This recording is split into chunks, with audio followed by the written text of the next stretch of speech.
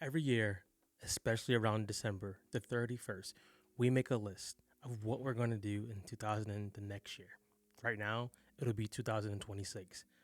And around February, we don't know where that goal chart is at. We don't know what's happening. Today, I'm going to give you something that can help you not only have a better 2026, but a better life. And this is simply called the one shift. Now, I didn't make this up. This is from the Bible, a little bit of neuroscience, and just a lot of trial and error. I was the person who made big goals every year. I mean, I'd have a list of like 20. Right now, I have a list of about five that's sitting over there. But this time and some years prior, I learned that you cannot willpower big change. And we usually see that a lot in our media. We see that a lot in marketing, and we see that a lot in the world. Big drastic transformation, big change, lose 150 pounds. None of those things are wrong. What I want to tell you is that if you attract or if you go after something that's humongous that you've never gotten before, you've never done before, the willpower will run out really, really fast. So let's think about what can we do instead of willpower to actually get those results and keep getting more results. So I want to read the scripture that I've been uh, studying in the Hebrew. It's Proverbs 10 and 22. You can read it in any version, but this version has helped me out a lot. It says, "The blessing of Yahweh, it is what causes increase, and toil driven pain is not added alongside it." It literally just means transformation doesn't come from forcing something, it comes from aligned patterns. It's a rabbi named Rabbi Shaman, amazing guy on YouTube, who talks about sometimes we're not getting the things we want because we haven't even readied ourselves. You want a mate, but you haven't readied yourself to be a spouse. You want financial increase, but you don't have a budget sheet. So sometimes we don't ready ourselves for the things that we want. But to start working towards those, I'm going to say you need patterns and habits. Patterns and habits. If you're writing those things down, patterns and habits. It's a book I read years ago called The Atomic Habits, and he talks about habit stacking. Now, back in the day, we used to call it just putting together something you do want to do and something you don't want to do. So let's say the big goal this year is, hey, I want to get on, more public stages. Let's say that's your goal, but you don't practice speaking now at all, or you don't have like a YouTube channel or a podcast. You don't have a place where people can go find you actually speaking. One of the goals might be, instead of just I want to get on my stages, is I want to be consistent in my podcast. I want to be consistent in my YouTube channel. That sounds simple. It sounds easy. The thing that usually happens is because it sounds simple and easy, we just think attack versus let's have a strategy that's so simple to implement daily or weekly that I almost can't fail. If I was to tell someone, if I was coaching somebody, I would say, hey, if your goal is to get on more stages, and the goal that's going to help you do that is first you practicing speaking by getting on YouTube or a podcast, I would say, what one thing are you going to work towards every single week? That might change, but I would say, is it a way that you can have this become habitual? Can you do it every Tuesday at 10? Could you do it every Thursday at 12? If it becomes habitual and it becomes a pattern, that's really, really hard to stop you. In your brain, there's something called neurons, right? For neurons, when there is no path, it's really, really hard to get something going. And then after a while, when you keep doing something, it becomes super easy. Most of us do not think about how to wash our face or how to brush our teeth because we've done it so many times. And this is what helps you against the traditional willpower or drastic change. So let's just say I was coaching this person. They want to get on more stages. I'm going to ask them, hey, are you investing in your own media so that when people want to come and see what you do and how you sound in your delivery, can you show them something? So let's say they go ahead and they say, I'm going to do the podcast. I would ask them, what habits can we start forming? Maybe every Monday I'm looking at a 10-minute YouTube video on public speaking and I'm taking actions on some of the stuff. Maybe on Tuesdays I'm going to actually record my videos. What can you do weekly towards this goal? Instead of thinking, I got to knock it out in 8 weeks, think, how can I break this down so that I become the person who can handle the goal? I become the person who could handle the blessing, or I become the person who won't get through the open door and let the door shut. And that's going to come from having patterns and habits. So I see this a lot with weight loss. Weight loss is one of the things that people always want to achieve in the next year, and I'm not against it. I would say instead of trying to lose 50 pounds in the first 4 months, how about we just think about losing 50 pounds for the year? But how about we make habits that athletes make? I'm going to drink more water. I'm probably going to figure out a way to get more sleep. I'm going to pay attention to my nervous system. I'm going to pay attention to my CNS, my central nervous system, because that affects me actually working out. Habits and patterns over willpower will always get you the result, not necessarily quicker, but a result that lasts. My daughter is 6 years old. She could not have hurried her growth up. She's gonna grow as a young girl, but if I tried to like speed her up, it wouldn't have worked. So why do we think it works when it comes to us being better at anything in life or achieving more?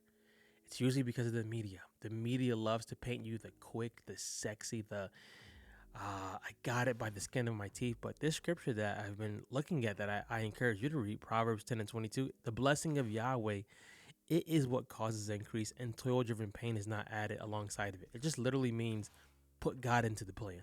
Put God into the goals for the next year. Put God into this transformation, and then watch what happens. You'll be amazed at what can happen. This is something I wrote down. You don't want to willpower your way into goals. You want to design the patterns and habits that make your goals inevitable. What patterns and habits will make me not only get to this goal, but sustain it? If my goal was to be a better husband, what patterns and habits would I need to become a better husband? I'm probably going to first need the habit of reading the Bible about what it means to be a husband. I'm going to say it's going to probably also include sitting with God to asking him, where am I not fulfilling my duty? What could I do better? What could I do less of? What could I do more of? And then probably even asking my wife, what can I do to be a better husband?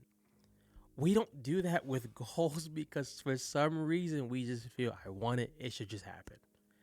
That's not how it works. Let's say the goal was to be a better leader.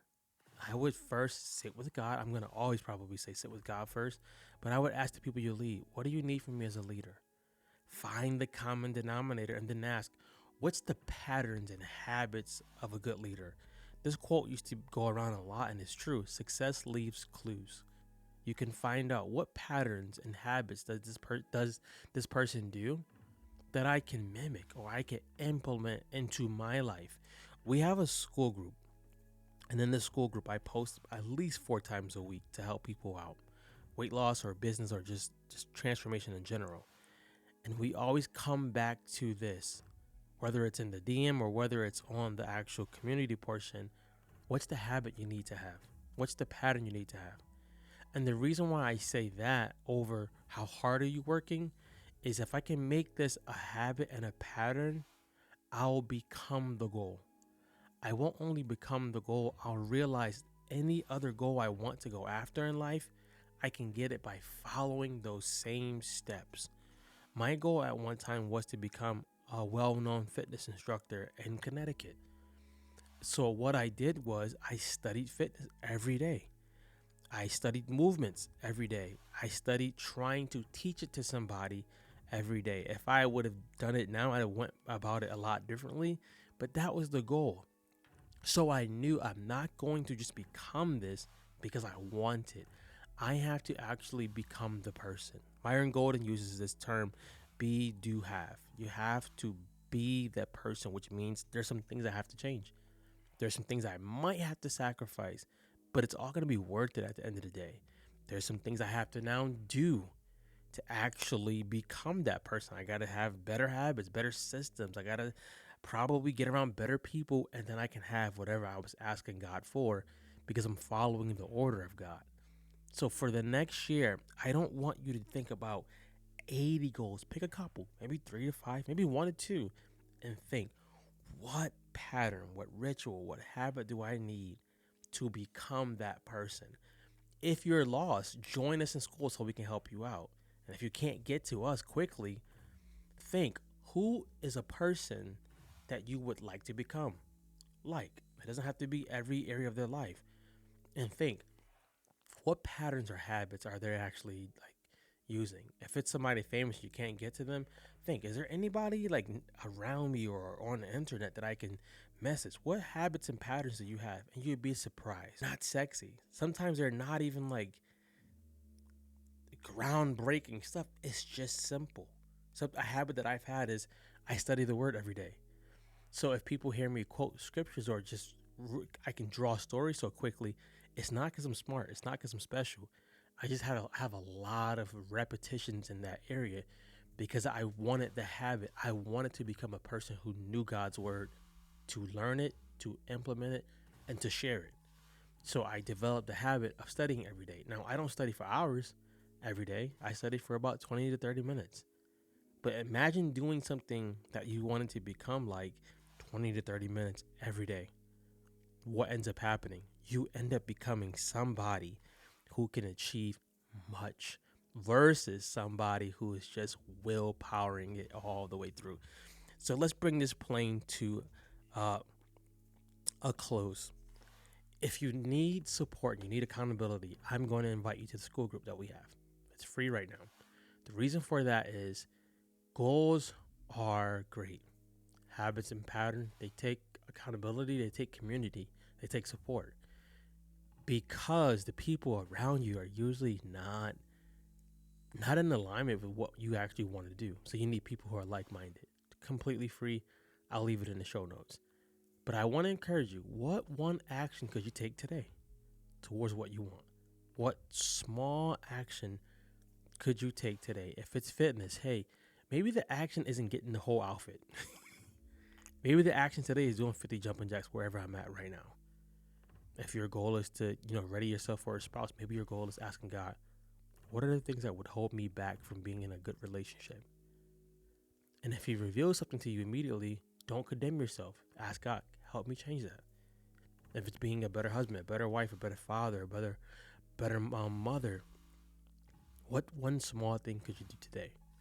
My one small thing that I'm going to do today is a book that I'm going to read for 10 minutes.